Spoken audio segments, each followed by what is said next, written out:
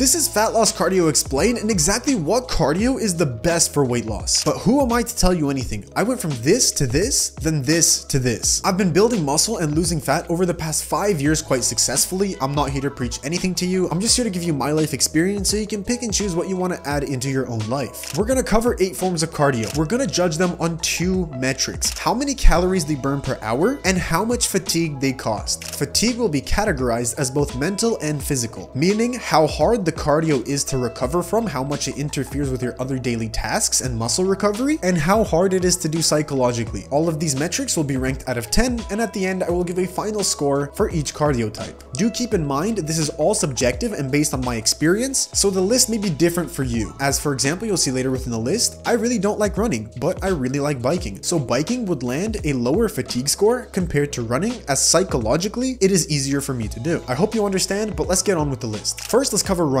At a 6 mile per hour pace, running can burn anywhere from 700 to 1000 calories per hour. For the calorie burning, this is a 10 out of 10. Running is fantastic. As for the fatigue factor, this is a 1 out of 10. I would say running is one of the most demanding cardio types for your body. It's very hard on the joints, it's very hard on the leg muscles, and typically it will interfere with walking the next day or the day of, and it will definitely reduce the recovery after a leg day workout. Giving this a total score with some personal bias, a 5 out of 10. Swimming at a moderate pace will burn anywhere from 400 to 700 calories. For calorie burning, I would give this a 7 out of 10. It's pretty good. It's definitely not as good as running, but it does do its job. As for the fatigue factor, it is an 8 out of 10, meaning that it causes little to no fatigue, and I would say this is its strong suit. Swimming will not really impact the rest of your daily activities at all. It doesn't hinder muscle growth too much, and thus it is a very good cardio type for people that want to gain muscle, putting this at a total score of 7 out of 10.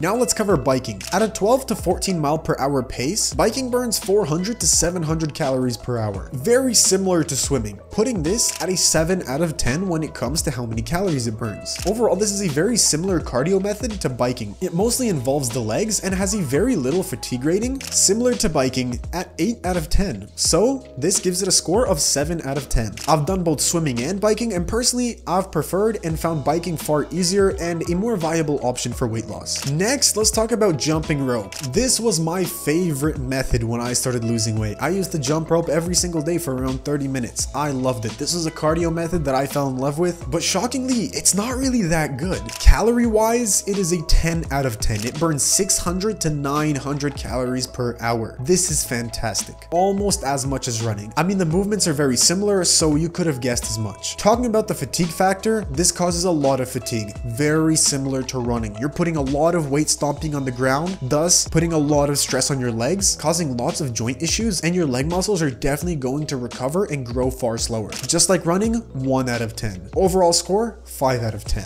Now let's talk about the elliptical, another favorite of mine. At a moderate pace, the elliptical can burn anywhere from 500 to 800 calories per hour, giving this a calorie burning score just above biking and swimming of 8 out of 10. As for the fatigue, I would give this a 7 out of 10, just a little bit below biking and swimming. Since this involves the whole body, it can impair muscle growth in some areas if you do it too intensely. This is the cardio method that I've been doing in the gym for the past 2 to 3 years, so of course I am biased to this, but for weight loss, I genuinely think this is one of the best, if not the best cardio method. Total score, 8 out of 10.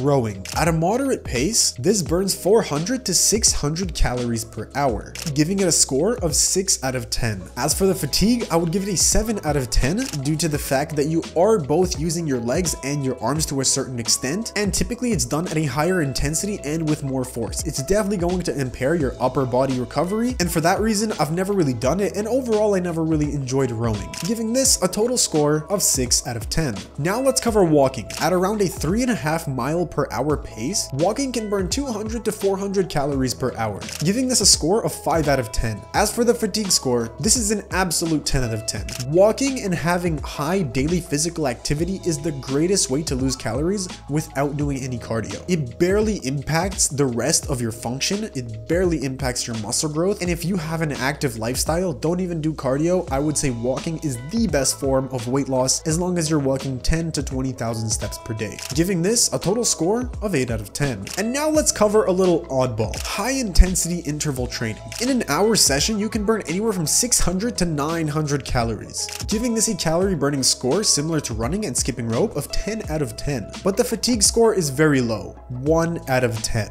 It's very taxing mentally, it's very hard to do, and if you're just going for damn spirit energy, then this is an amazing cardio method. But if you're a normal human and you just want to lose weight, then HIIT training is not really the best. I would give this a total score of 4 out of 10. Now this seems a little bit unfair, but as I said, my personal bias comes into this a little bit. I really don't like HIIT training, and overall I think you're better off doing running than high intensity interval training when it comes to fat loss. HIIT is so taxing that if you don't want to lose a bunch of muscle, you should only really do it maximum 3 times per week. Anything above that, you're gonna really impair your muscle growth, and you might even lose muscle as you're dieting down. So here are all the scores on screen. I hope this all makes sense. As I said, this list is very subjective, so for some people you might have running as a 10 out of 10. You might really enjoy it to the point where you don't really care, and your goals might not be aesthetic purposes. You might be a boxer and you want to get your cardio up. So for different reasons, other cardio methods may be higher or lower than others. But strictly for fat loss, what I've found to work the best is the elliptical or other machines similar to the elliptical, where you can have very low fatigue using your hands and your legs at the same time, and or walking. If you're ready to take the first step, press the first link in the description and join our free Skool group. Here you will meet like-minded people and get more direct help from me and our community. And don't forget to stay savvy with your diet.